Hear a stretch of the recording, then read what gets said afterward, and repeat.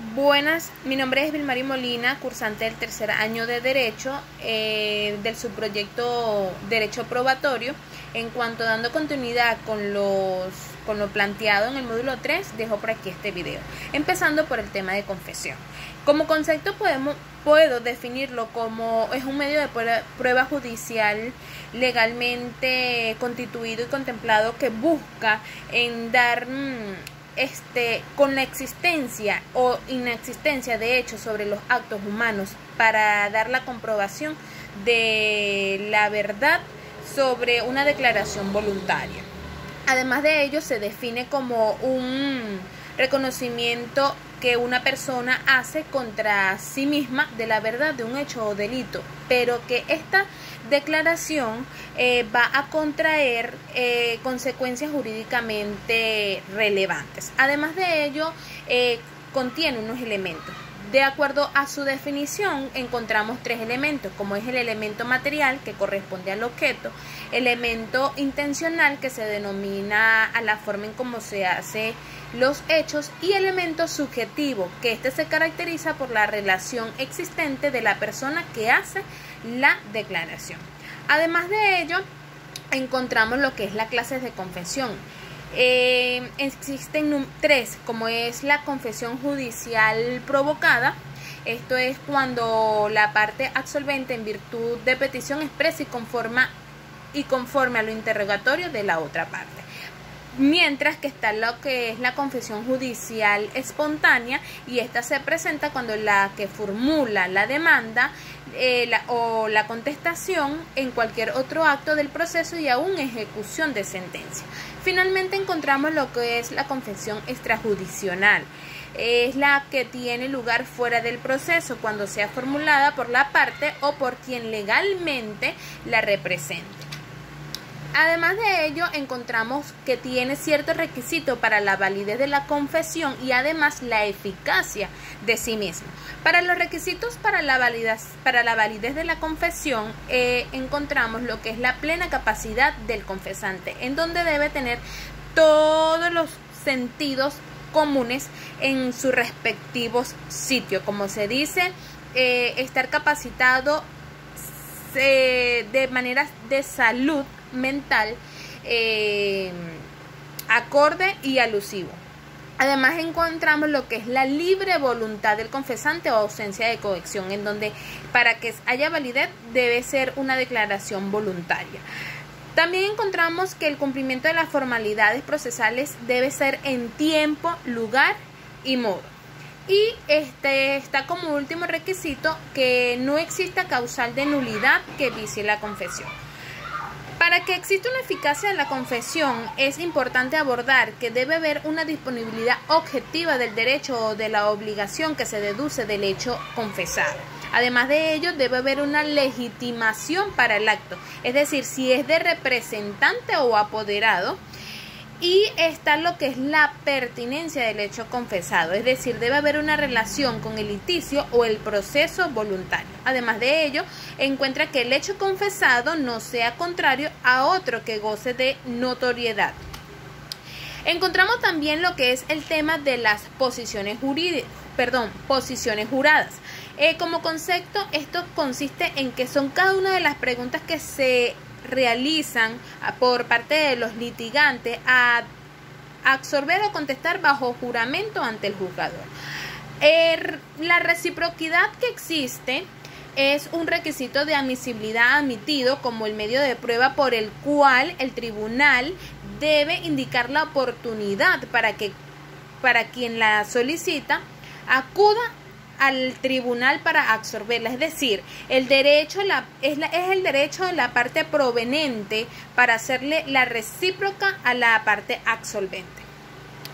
Para que exista una citación de absolver, esto consiste en que la citación a confesar hechos propios en un juicio y se concretiza mediante una serie de preguntas previas que el juez guarda en secreto y que se le hace en una audiencia al que es citado. Encontramos también lo que es para la absolución de las posiciones jurídicas es un medio en que la ley concede a las partes de provocar la confesión judicial de la parte contraria. Esto es y se realiza bajo juramento, generándose así un ciclo de reciprocidad, dando respuesta a lo solicitado. Encontramos también lo que es la prueba testimonial. Como concepto se refiere a la prueba de los testigos, el cual consiste en la declaración que se da bajo juramento a aquella persona voluntaria natural que no está siendo parte del litis, es decir, acude ante el juez o autoridad competente como manera de petición de una de las partes que necesita que declare. Su definición se basa por ser una de las pruebas más utilizadas para la reconstrucción de los hechos. Es decir, esto sirve para que se pueda comprobar la existencia de la prueba en tiempo, modo y lugar. Su importancia radica o surge porque no todos los hechos, sino al contrario, solo una infirma parte de ello. Se conservan documentos o pueden comprobarse de visu por el juez. Es decir, que en la mayoría de los casos hay que recurrir al testimonio de otras personas para poder acreditarlo. Encontramos también lo que es el valor probatorio de la prueba de los testigos. Esto no es más que no es un pleno, es decir, ya que se deja que al juez determinado tiene la arbitrariedad de seguir la regla sana de la crítica. Esto es aplicando reglas de lógicas y de relación entre los diversos testimonios y las demás pruebas actuadas. Esto no influye en el número de testigos, sino la cantidad. Además de ello, tenemos la inhabilidad. La inhabilidad del testigo debe formularse por escrito antes de la fecha de la audiencia programada para que pueda ser recibida el testimonio o dentro de la audiencia en forma oral, invocando y probando la causal en la que se sustenta. Existen tres y más, pero los más relevantes son los siguientes casos. Son inhabilitables para rendir testimonio los sordomudos que no pueden darse a entender por escrito. Además de ello, las personas quienes al momento de rendir su versión presenten alteraciones mentales, estén bajo efectos de alcohol o sustancias estupefacientes. Asimismo, aplicando la regla de la sana crítica, en el que el juez puede en determinado caso considerar que una persona es inhabilitable para poder declarar.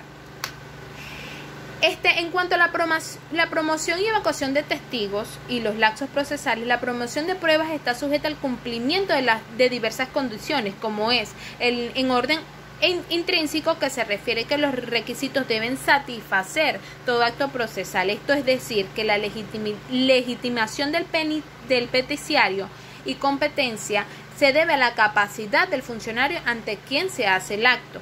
Encontramos también lo que es el orden extrínseco, que se refiere a los requisitos de modo, tiempo y lugar, como a través de lo escrito, oral, delimitado, oportunidad y preclusión. Además de ello, encontramos que la evacuación de la prueba es el procedimiento para formar el medio probatorio. Por ejemplo, la realización de la inspección judicial o disposición de testigos. Eso es un ejemplo, es decir, que todos los actos procesales para que los diversos medios concretados, alucidos o decretados de oficio se ejecuten en el proceso. Los lapsos procesales se reflejan de acuerdo al Código de Procedimiento Civil, específicamente en el artículo 400, en cual dispone que debe ser en un lapso de 30 días destinado a la evacuación, pero si hubieran de practicarse algunas mediante comisiones dadas, esto debe ser dirigido por otro tribunal.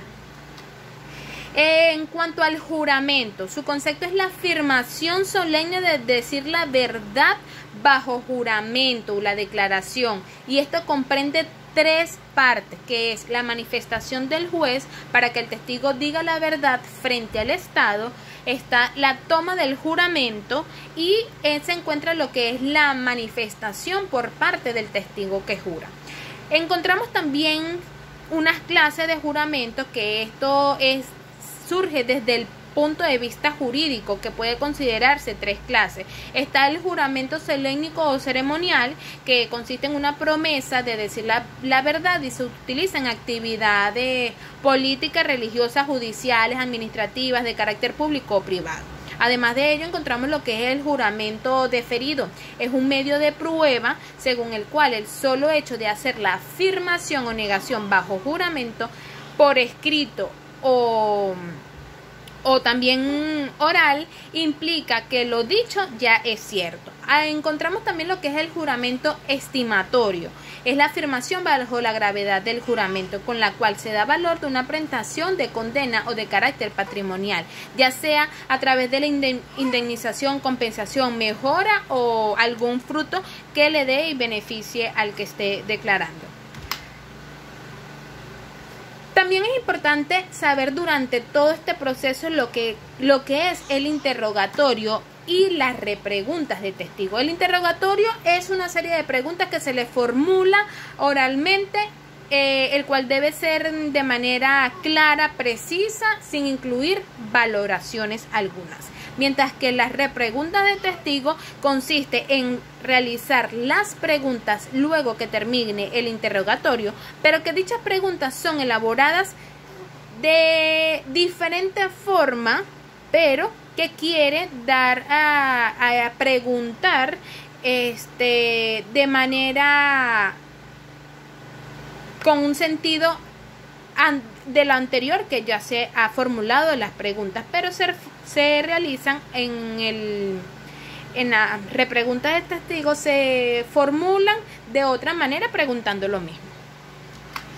La tacha de testigo es una impugnación a un hecho determinado que se hace sospecha su declaración, es decir, es la alegación de la parte contraria a la que propone el testigo, para la que se pone de manifiesto al tribunal de circunstancias del testigo, que permite rescatar e incluso anular la veracidad o credibilidad de su testimonio. Encontramos también la oportunidad de la tacha de testigo se realiza a través de la formulación de acuerdo al Código de Procedimiento Civil vigente, específicamente en el artículo 499, en cual debe proponerse dentro de los 5 días siguientes de la admisión de la prueba. Y finalmente encontramos que el objeto de la tacha de testigo sirve como medio para que la ley señale a las partes y pueda hacer valer en el juicio las inhabilidades que puedan afectar a uno o más testigos determinados, presentados a declarar por la parte contraria. Es decir, es poner de manifiesto al tribunal determinadas circunstancias que pueden influir en la valoración del testimonio y no hayan sido previamente comunicados por la parte proponente de la prueba. Muchísimas gracias por su atención.